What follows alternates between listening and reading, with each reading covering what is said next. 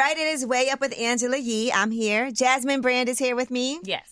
And I'm a little nervous. Can I say that? You can. And you've interviewed everybody, so you're nervous. All right, well, Sheryl Ralph is here. Thank you.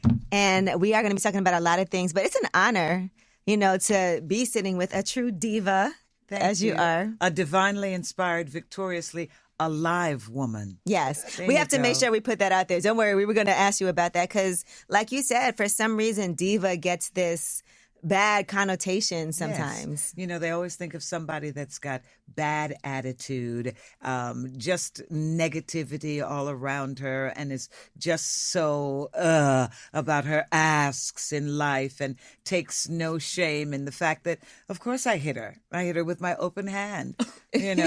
Will Smith's got nothing on me. They always think of diva like that. And it's not supposed to be that. We love the timely example you just gave.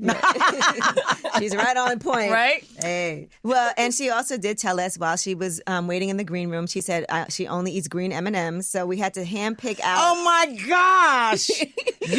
She picked that right up out of the book. I told her no such thing. Hilarious.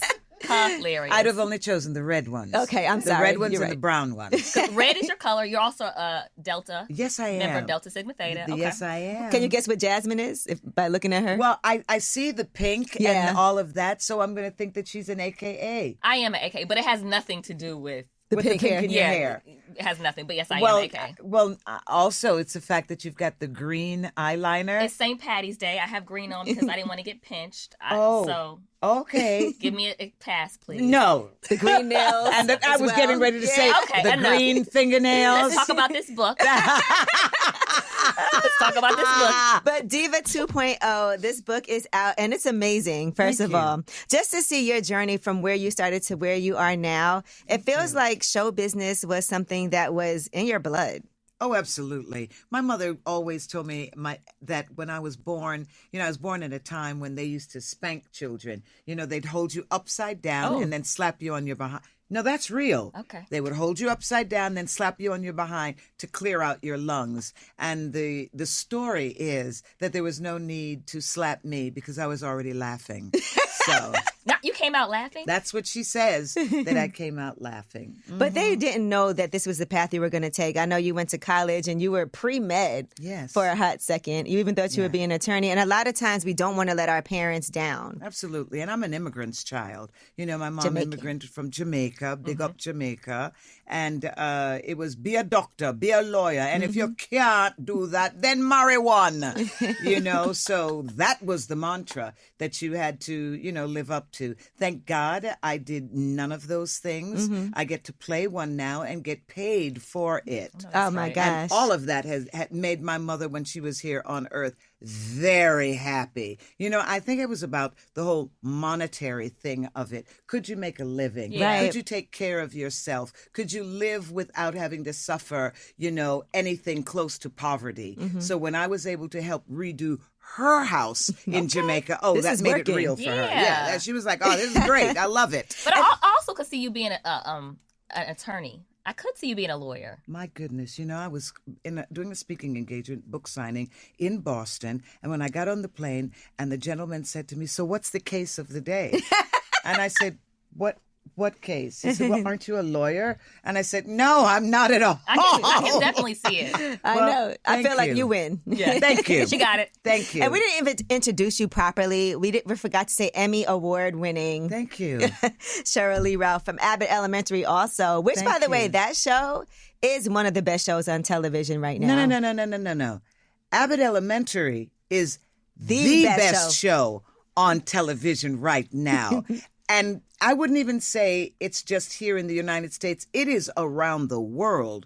The way people in different cultures and languages have caught on to this show, it has been amazing. We have not seen anything like this in years when it comes to television, and I'm so happy to be a part of it. And your role is amazing on there. It's so funny because you're like the best teacher, but also it's so hard for you to on there own up to certain things that when you set the fire and the in the school. I owned up to that. I did. Okay. At the end. Thank you. It took a little bit. It took a moment. Because your character's a little old school, too. Thank you. But I love that. Thank you. Because we all had a teacher like that. I did. You know what? Everybody says that. And I think that's what makes Barbara Howard so loved by people is they all think of that teacher that they had that really poured into them. Yeah. That teacher that really believed in them. You know, she might not remember you, but you'll never forget her. For sure. Yeah. Did you have teachers like that? Oh, my God. My dad was a lifelong learner and a teacher. My Auntie Carolyn, a reluctant teacher turned principal, Blue Ribbon School in Washington, D.C. Didn't someone come visit her? Oh, my God, the Queen. And not Latifah. Came to visit her. The actual Queen that's crazy. came to visit her school. Well, Queen Latifah because is she also the asked. actual queen. She is, too, also the actual Well, queen. okay. The other queen. The other Queen. Yeah. There you go. That part. You Who know, I met the other day. Did you? Yeah, I How- saw her how at was that? it was very nice at Variety. You know, the Variety Fair, Vanity Fair party, not Variety, the Vanity Fair party. Baby, let me tell you, I went to some parties. yes, Bet you you have. And I saw some people. Everyone wants to take pictures with you now. It's Not that they lovely. didn't before, but, But it's on a whole it's nother heightened. thing now. Yeah. It's way up. Way up. Thank you. I like that. We're using Thank that. you. It's way up. And this Sunday night at the Vanity Fair party, everybody who was anybody was in the room. But it was the gold party. Oh, yeah. I you saw went to all Beyonce those and Jay-Z. pictures. Yes. Oh, honey, that set the gold standard. Let me tell you. Okay.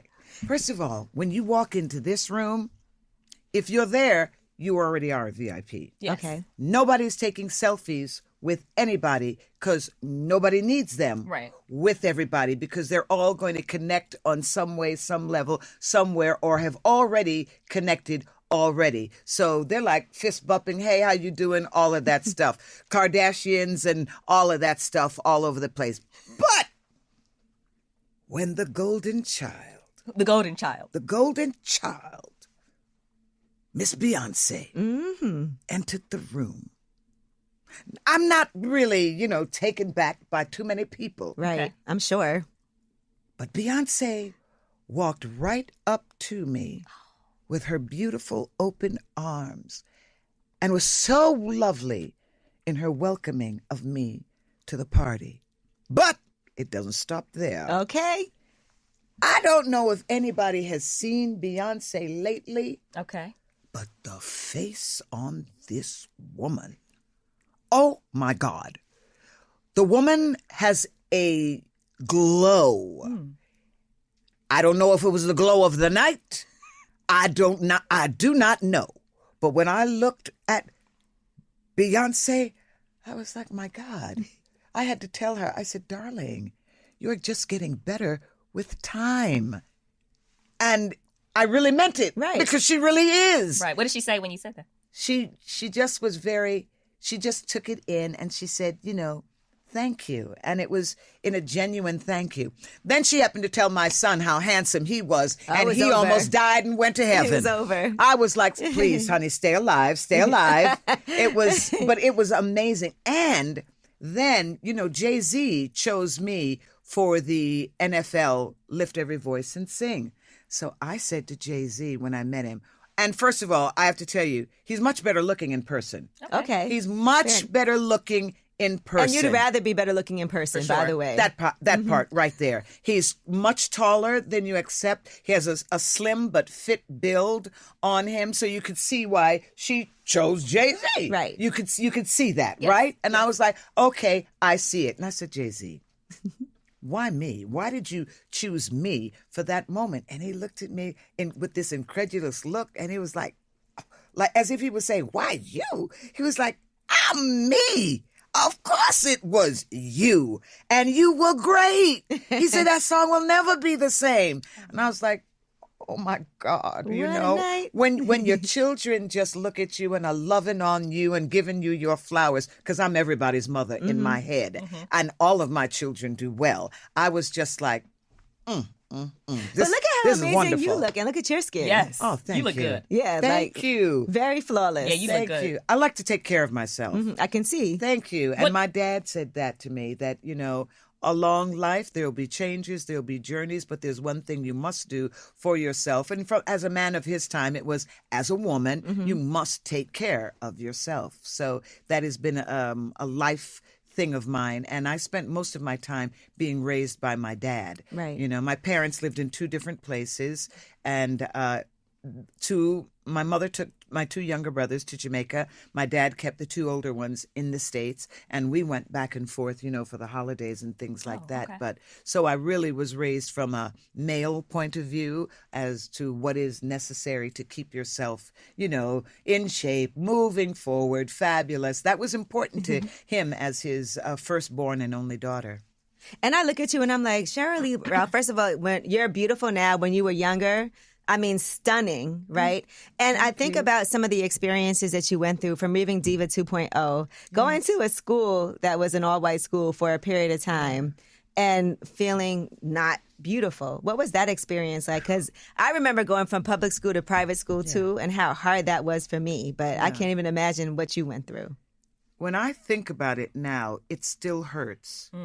It was still traumatic in many ways. The things that people said to you, the things that, oh my God, the way they treated you at times. And this was not just kids.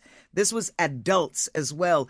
And worse than that, in my mind, these were women of gods. These were God's handmaidens, the nuns. And the way they treated me at times, I will never forget one time. Mother Superior. Okay, I went downstairs. I had piano lesson. I won't tell you it all because you can read it in Diva 2.0, available wherever it is you get your books. I went down for my piano lesson. My dad was a very accomplished pianist, and I hadn't practiced it. I didn't practice. That woman looked at me and she said, I don't have to take students like you. And it was the you. And she took her hand and she slammed the lid of the piano down. And I don't know what made me pull my hands back. But that lady was going to break my fingers. And I went upstairs to my class, which was literally just upstairs. My class was gone. Gone. There was nobody there. I walk over to Mother Superior's office. I said, Mother Superior, my class is gone. Mother Superior looks at me and tells me that liars will not be tolerated here, and there will be consequences for my lying.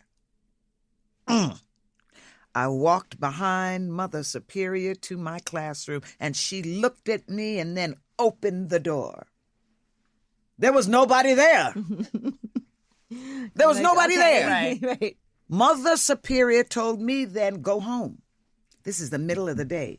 But I know they're going to get their blessing. They're going to get their rosary beads. And I'm an Episcopalian, and I'm like, okay, we're distant cousins. We're close cousins. But I want my blessing too. Right. So I walk to where I know they've gone to get their blessing. And I can see myself walking around this table, before I pick out my blessing, my rosary beads. Then I have to walk home, and it's 3 miles. And which, when you're young, can be kind of long. Yeah. Right? So I walk. It's long now, by the way. And it's now dark. It's the 60s. Everybody has lost their mind. They think I've been kidnapped. They don't know what has happened to me. The school cannot tell them where I am. They know nothing. And of course, back then, your parents were confused. You're lost, so then you get beat. Right. So I was like, after all of this, I got beat again. Terrible day. My spirit was beaten, then I got beat. How old were you? I think this was 4th grade. So I'm like 8 years old. Yeah. I'm young. Yeah. And I'll never, ever forget that. Now, all of the other things on top of that, whole nother thing. But that, I'll never forget. Icing on the cake was years later. Okay, years later. I'm going to say maybe 2-3 years later. And we'd moved and we came back. And there was Mother St. Peter Mora walking down the street, the young woman who had slammed the lid of the piano. I remember she had this bright red hair. and these really like green blue eyes. To me, I was fascinated by all of that, right?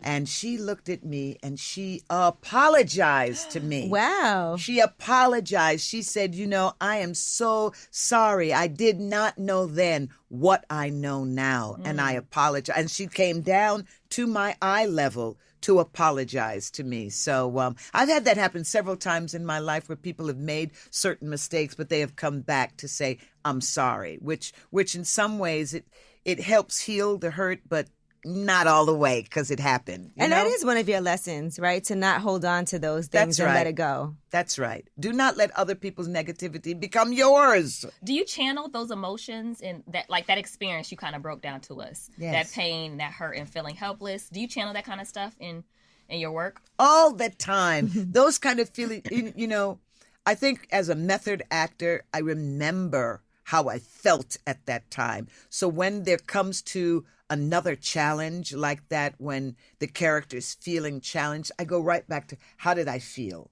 then? And it makes it rise right away because you remember it and the feeling is right there, Well, let's talk about the business side of Sheryl Lee Ralph. Yes. Even putting this book out, Diva 2.0, let's talk about the process of you deciding who is going to publish this book. For me, it was, I have been given an incredible platform. And I think the platform is not just for me to stand on. I think the platform is my ability to say to others, come on, let's stand up here. Let's stand up. Let's go way up. Let's go way up. She's good. She is. I get it. So in publishing this book, I had done it with a big publisher, one of the big five before. You get that first check and you usually don't see. Yeah, that's it. No, that's it. Right, yeah. That's it. What they give you is what they give you. And this time I said, what if I could work with an independent publisher? What if I could share whatever we make with them and we go into it together, right? And that's how I chose Word E, and it's Word with 3 E's after it. And I knew Marva, and Marva had created and developed, the Human bookstore that was up. Yeah, I know the Human bookstore. There you go. It was up in Harlem there, and I'd known her. I always called her the literary doyenne, and so I called her up and I said, girlfriend, why don't we do this? Let's do this. And because I wanted to be prepared for what I felt was going to be the success of Abbott Elementary. Right. And I always say this, stay ready so you don't have to get ready. Right. I was the one that said that to Monique. Thank you very much. Clearing that up. Okay, all right. But stay ready. And so I knew there was a book. And I said, let's do this book. And she said, great. Let's add pictures. People want to see pictures. Did. You see? All right. People love pictures. I do. And Marva said, let's add the pictures. And I said, okay. And then we put these life lessons together and we put the book out. And people have just started to buy the book. Yes. And it was the right thing to do at that time. And we're working on a children's book to come up next. Oh, that'd be great. Oh, yeah. Mrs. Howard has to have a children's book. Of course she does. It only makes sense. You got to do it in character. Oh, my goodness. Are you going to have an audiobook for this? We're going to have an audiobook for this. We're going to have another launch date. It'll probably happen in April. Another launch date that you'll hear about because people are like, look, Miss Ralph, with your voice, we need you to read the book. And I'm like, that's easy. Let me read the book. Yeah. And I know early on when you talk about Dreamgirls, because that was the big success where everybody was coming to you after that. You were the belle of the ball. Yes. But also you didn't foresee what that could have meant for you financially at the time. So discuss that because that's something in the book that you talk about. I, Sheryl Lee, always felt that Dreamgirls was going to be a big hit. I always felt that, but we were young. Mm-hmm. I mean, we were like, what, 20 when we started, 23, and then I turned 24 a week after opening night, of the show. So we were young. Right. And when you're young and you don't know a whole lot, back then, you do crazy things, like sell away your rights for $1. $1. To this day, I haven't gotten a check from the magnificence that is Dreamgirls, and it hurts me to my heart. Now, the cast of Chorus Line, they went through the same development process that we did, the workshopping of the show. Okay. They signed the same contract. They filed a class action suit. Yeah. They won. Right. But for whatever reason, the cast of Dreamgirls chose not to do that. And is it ever too late to do that? I don't know if it's ever too late, but sometimes I tell you, I look back at it and I said, I have regained and captured everything the devil took from me. Definitely. Yeah. Thank you. But I also don't see why people don't go for what is due them. And also why on the other side they don't want to do the right thing. They've made so much money. Why not? Even if it was just a small, tiny percentage. Thank you. Just that as a gesture to say, we see you. We appreciate what you contributed. We know you signed a bad deal that you shouldn't have signed. Let's make this right. Thank you. And I wish, and I say to this day, because only one of them is alive out of that original creative company, I say, maybe someone will do that. Maybe someone will leave us something in their will. Maybe. Because for you, it's probably about the principle at this point. It's Yeah, the it absolute is. principle of it. It's the absolute principle of the whole thing. Well, fortunately, like you said, you have recaptured everything that you should have. But I just feel like the right thing. I'm a big, like, the right thing to do type of person. Thank you. You know? And that's why you're going way up. Here we go. Exactly. Now, I also want to discuss other things about your brand, right? Yes. You are fabulous. You are a diva. Again, tell us what diva stands for. Divinely inspired, victoriously alive, aware, audacious, and if it was Sunday, we would be anointed. Yes. We could be anointed on any day, right? Oh, there you go. Any day. We're There anointed you right go. now. Okay. And what people also have to understand is your first role with Sidney Poitier. How do you, that's way up now. Yeah, that's amazing. I don't even know where you get to go from there, but that experience had to have left such a big impact. That had to be the time when you knew it's way up for real. I got to tell you, Mr. Sidney Poitier was so wonderful to me. He was like having your uncle on set directing you, being so wonderful to you as his special niece and guiding you along the way. It was just an amazing time for me with him. And when I left, I was given this little black box with had all the makeup and stuff that I would need to do, to make me on any set, because he knew that there would not be the same sort of community that we had on that set as I moved into the industry. And he said to me, I wish this industry had more to offer you because you deserve it. And I look at it now, and when I say I am what believing looks like, I am what knowing that you belong here looks like, because suppose I'd left. Suppose I'd given up on my dreams. Right. Suppose I'd stopped believing in myself. I would not be here in this time, in this space, with a book to write and stories to tell. And as a spoiler, she was up against his daughter, okay? She really read the book. He was really like you really read the book. I would have been like, yeah, no, I don't. Yeah, I'm it's gonna take my over. daughter. Why are we even doing this? Yeah. Why are we here? Yeah. I mean, when I walked into that audition, that's exactly how I felt. I was like, But that's a good lesson. Thank It is, you. Yeah. Are there any roles that you're surprised that you got? no, never. Never. There are roles that I was surprised that I lost, Okay. but the person who ended up getting it, they were supposed to get it. Okay. And that's the way God planned it, or Goddess planned it. And people were surprised at roles that you turned down, too. Like what? I mean, I know you said in the book, that there's roles that you're like, because of your own morals and yeah. opportunities that you had that you could have gotten, but you said no to. Yeah. And I Yeah. know that's not always an easy thing to do as you're thinking about being, getting a check, of course, because that is important. It is making a living. It's a business. Also. I have to tell you that my career has been intentional. Mm-hmm. I wanted my people, my community, my family, the kids that I didn't have back then, to be able to look at my body of work and say, That's our Sheryl Lee Ralph. That's my mother.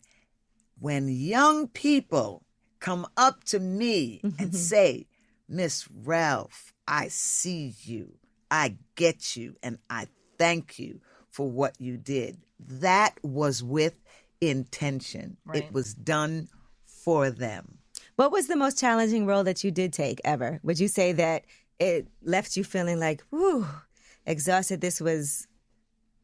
I don't really know, because all of them, and this is what happens for me as a performer, when it is well written and when you know that's your role, they jump up off of that page and into you. Their voice comes to you, the way they walk, the way they talk. I mean, look at me playing Barbara Howard. It is obvious that I'm playing a very different woman than myself. Yes, there's a kernel of me in her, but she's different. The way she comports herself, the way she speaks, her voice is deeper, the way she talks to people, the way she holds herself, her love of so many pearls. Oh my goodness. When you look at me as Dee Mitchell in Moesha, another different woman. Right. When you look at me as Mickey's lover in Ray Donovan, Happy St. Patrick's Day, Ray Donovan, that completely different woman. I liked you in that. Thank you very much. Thank you. That was a woman who swung on a pole, I liked That's you in a whole different vibe. But all of them came up off the page and said, you got me and I got you. You're such a performer, even when she's telling these stories. I know. I feel like because I feel like I was at the party just now. but it gives me like that Mike Tyson had his one man show where he sat and he talked. Can you definitely see yourself doing something like that? Just come in, you have this book, because you can tell a story. And Thank you are Broadway. You are, yes. Oh And just would you ever imagine doing something like that? I was just asked by a producer if I would consider coming to Broadway to do a one-woman show for a limited run. And my first reaction was, hell no. I don't want to work that hard right now. But the more I think about it, as time passes and I can, fit it into my schedule, it's seeming more like hell yeah. Yeah. We would go see that. Because, I also feel like even now, not enough Black people go see Broadway plays. And that's a doggone shame. Yeah, because there's so many shows that we should see. You should see the Michael Jackson. I saw that. Just for that talented young man. Amazing. Miles Frost, Yeah, yes. you should see Miles Frost. You should go and experience The Harder They Come at the Public Theater. We need to go to that. You I saw should. Tina Turner. You should I took my see mom. Tina Turner. There's so many things that we should see, but there seems to be a problem with the Broadway community in not knowing how to market to the Black community. For whatever reason, for 45 years that I know about, they have had a problem reaching out to communities of color.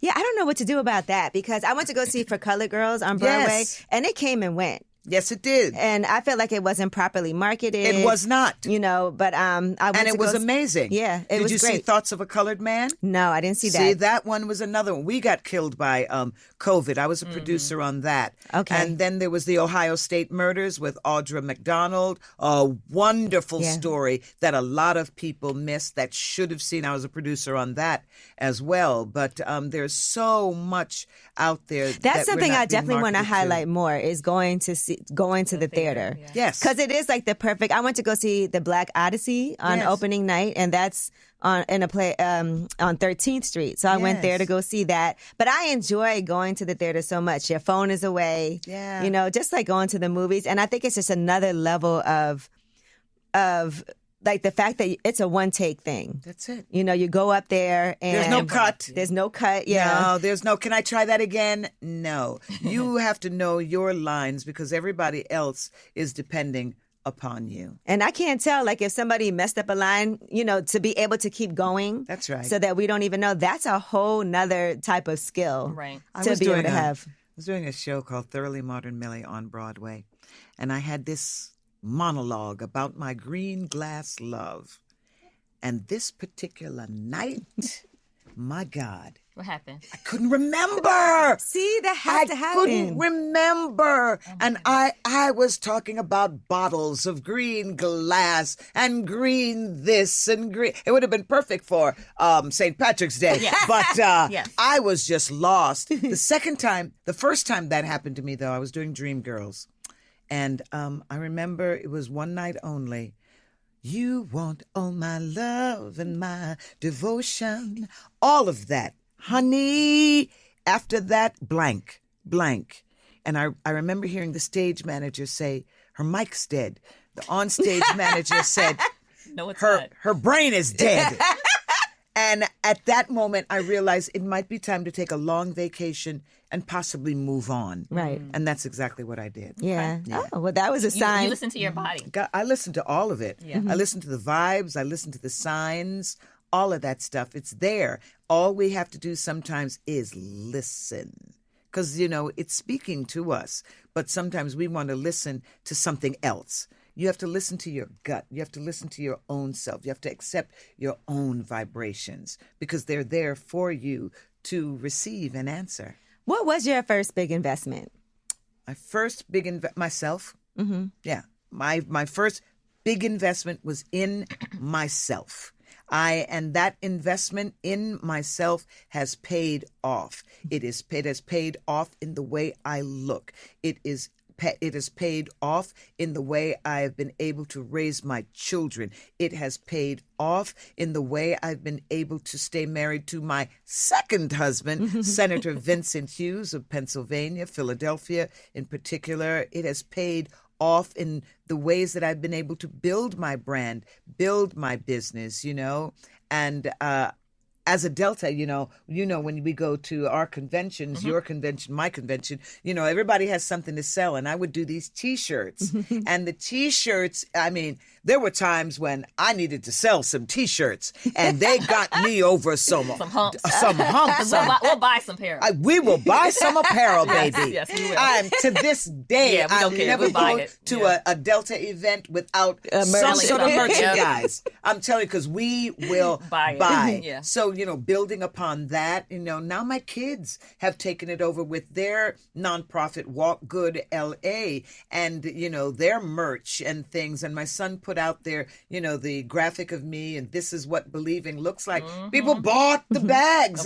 They bought the sweatshirts. They bought the T-shirts. All of that stuff, it adds up. I was crazy about red lipstick, right. And I did the reds and people bought the lipstick. That's right. That's really good lipstick too. And I like to give people quality, but I've learned this one thing.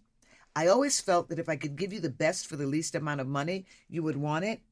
That's not the case. People like to pay. They want to pay. Yeah. People think the more expensive it is, the better it is. That's it. Yeah. That's it. So now my days of giving the lower price, they're done. Guilty. Yeah, I would say that's definitely you. Because sometimes I'm looking for stuff and I'm like, which one should I get? I'm like, well, this costs a little more. It's probably better. See? The quality might be better. They got me. Yeah. That's it. Yeah. What about being a Delta in a sorority? What has that done for you? I don't have sisters. Mm-hmm. And now I have thousands of sisters. And it is wonderful for me, and I'm sure you feel like this with your sorors, it is wonderful for me to walk into a room of women who are, one, happy to see you, two, welcoming you with open arms, and 3, want to tell you what's going on with them and want to hear what's going on with you.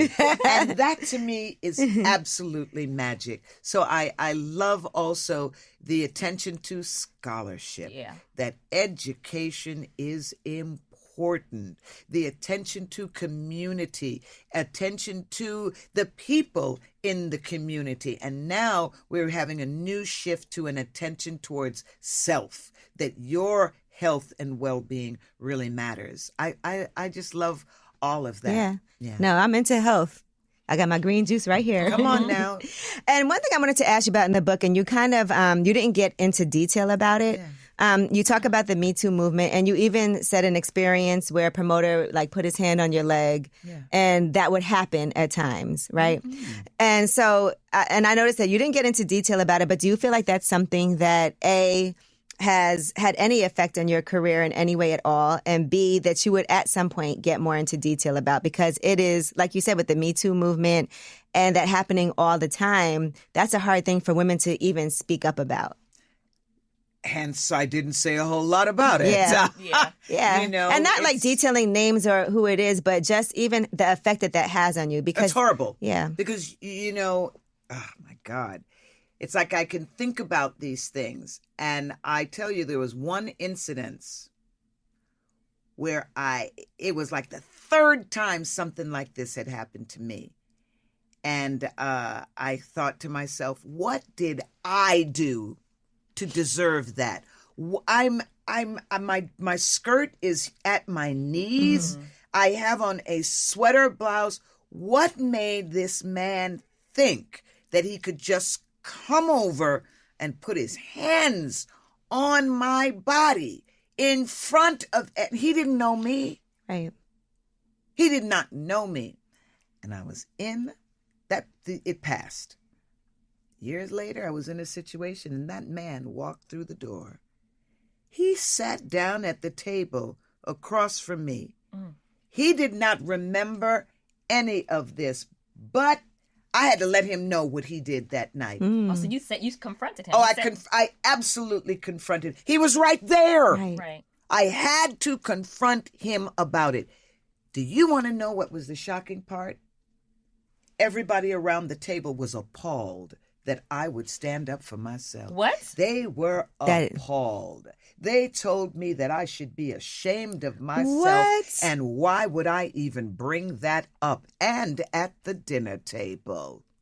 That's crazy. And that's why women find it difficult to speak up. That's why. Because you don't get the support. People don't believe you. They don't understand why you're bringing it up. They're like, well, why didn't you say something at the time? Thank you. Because it's a feeling of powerlessness that you have at the time. And you're also shocked. And people don't support you. Yeah. I could tell you of another time. This was a famous TV judge, not Judge Mathis. I love him. He's a great man. Not him. Well, good, because I love Judge Mathis too. I don't know him personally. I would hate to have to cancel Judge Mathis. No. He's a great man. This was another one. I'm at a very public place. I have on, like you see me, I was suited. I had my suit on. I was handling my business for the television show I was on at that time. He and I were on the same network. This man walked in, grabbed me by the back of my neck, turned me around and rammed his nasty tongue down my throat. Oh, my God. Are you serious? And everybody at the network saw it. And the mayor of New Orleans at the time was, why am I blanking on his name? Mark Morial? Mark Morial. I called Mark Morial. Mark Morial, he said, you want me to send the police there right now? Because we will fix his you-know-what right now. Somebody at the network tapped me on the shoulder. They said, please don't. Do you know that they did not want any bad press? Yeah, I can believe it. Around their show. Yeah. And did not care what had just happened to me. It wasn't so bad after all. Was it? That's the kind of stuff that happens. Yeah. That's what happens. That's what makes it hard for women to speak up about these things. And I'm glad you said that, because I hear that all the time when women come forward. People are like, well, why is she telling this story now? Thank you. Well, why didn't she say something when it happened? Thank you. And that's why. Women don't get the support. Thank you. And even stand for you there to and see it. They saw what happened. It's not that bad, is it? Please don't say anything. We don't need the bad press. It's a brand new show. Yours is a new show. I was like, Lord have mercy. They don't think, well, this is going to hit the fan because he's going to do this to somebody else because we're protecting this. Has. Yeah. Right. And even you questioning what you were wearing, like, what did I do to make this happen? Because people think that too. Well, what did you have on? Well, why did you bring that to his room? Well, he told me we wanted to look at a script, and people act like it's your fault. Right. You shouldn't have been in that position, or you shouldn't have been wearing this. So when I was reading that, I was like, I can't even imagine the things that you've been through. Being in this business as long as you have, and we might not have heard it publicly, but I just think it's important because there's so many women that might feel like they got some power from hearing you talk about it too. Well, I'm going to tell you something.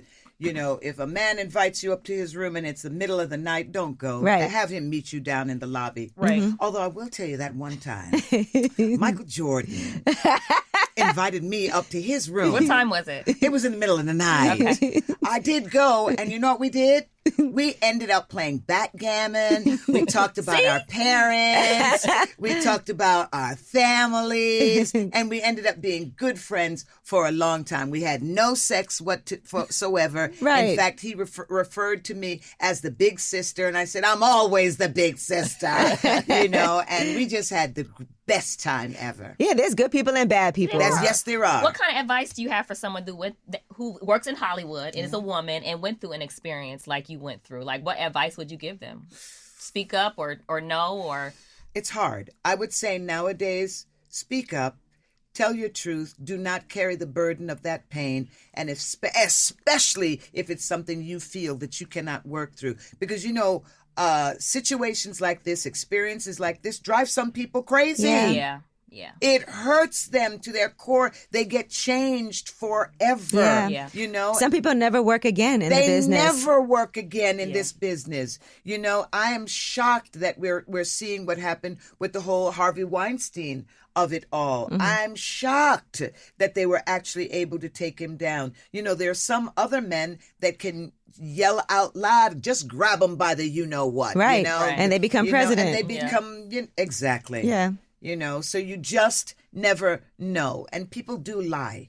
Yeah. They straight up lie, and people do believe their lies. And you can get very deeply hurt. But try to protect yourself. Try to protect your spirit as much as you can. Right. And try, there's a thing called discernment. Mm-hmm. Try to, we say feel the room, feel the experience, feel the person's vibe, because people can't help but show you who they are, so protect yourself. Don't go anywhere you think there might be trouble. Just don't do it. Listen to the signs. Well, listen, Sheryl Lee Ralph, we thank you so much for coming through. We did, this went a whole nother, I feel like we could talk to you for maybe 4 or 5 hours. I'm not even going to lie. Just about everything, because there's so many gems in this book, Diva 2.0, 12 life lessons from me for you. And I have to say, it did touch me. I learned a lot more about you than I ever knew before, just your whole career path. We've always seen how talented and amazing you are, so this just took it to another level for me. Thank you. And I want to encourage other writers, if you really, writers and celebrities, if you really, really want to get into publishing your book, not everybody's a great self-publisher. Right. You can find independent publishers like Wordy, Marva Allen, and I'm working on getting my own imprint there. We want to see your books, and we want to help you make your money. You don't have to wait on somebody else. You don't have to wait on the big five. If it's your time, let's see what you've got. Let's read your book. Let's help you get on the journey of empowering yourself to make your own money. Yep, get a better deal this way, too. Get a better deal, Sure. We all make money together. Thank you so much, Sheryl Lee Ralph.